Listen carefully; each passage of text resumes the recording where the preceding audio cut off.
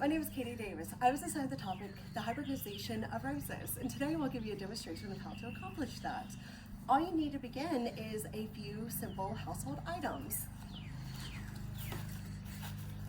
All you need is a pair of tweezers to remove the stamen and the petals from the mother flower, a small paintbrush to collect the pollen from the anthers of the father rose, and a pair of shears if you need it, and a small piece of aluminum foil. And if you follow me, I will show you how to do it.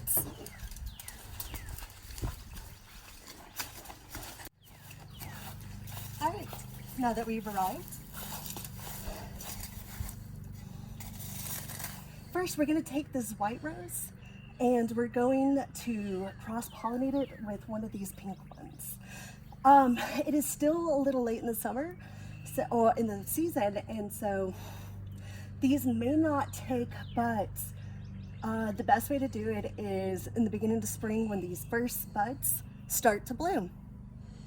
And this is like the best time to do it, and also early in the mornings.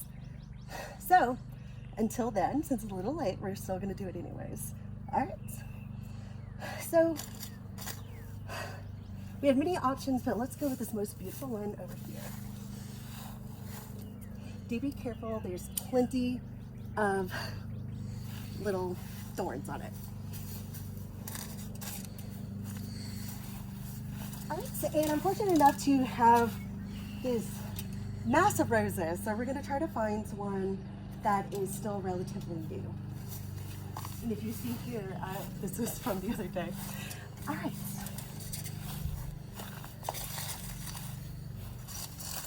All right, so with our common tweezers, we have a good rose right here.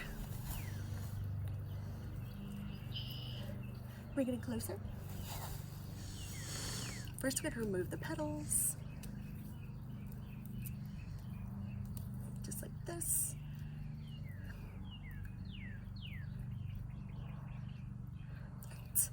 And as you can see here, this yellow right here is the stamen that holds like the pollen, and so we're going to remove that to prevent cross-pollination. So with our tweezers, we're going to be real gentle and simply pop them off. This is a very easy process to learn how to do, and it is kind of fun. All right, so now that we have removed the stamen, also the petals, we're going to take our father here and our tiny little paintbrush, and we will gently collect some of the pollen from the anthers. And though it is late in the season, we are a little low on pollen, but I will still demonstrate. So we'll take that and gently place it on top of here.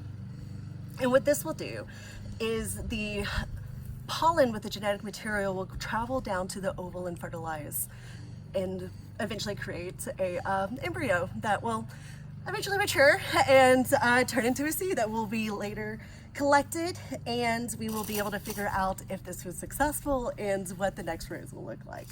And with a small piece of foil, you'll want to wrap it around it, and probably a little more neater. And as this matures and produces a seed, once the seed falls, it will be collected in this foil, and so it doesn't get knocked out by birds, bugs, or we don't lose it in the grass. And that is essentially it. Now it's just a waiting game. And yeah, that's it. I appreciate y'all's time, and thank you for watching, and I will see y'all in class.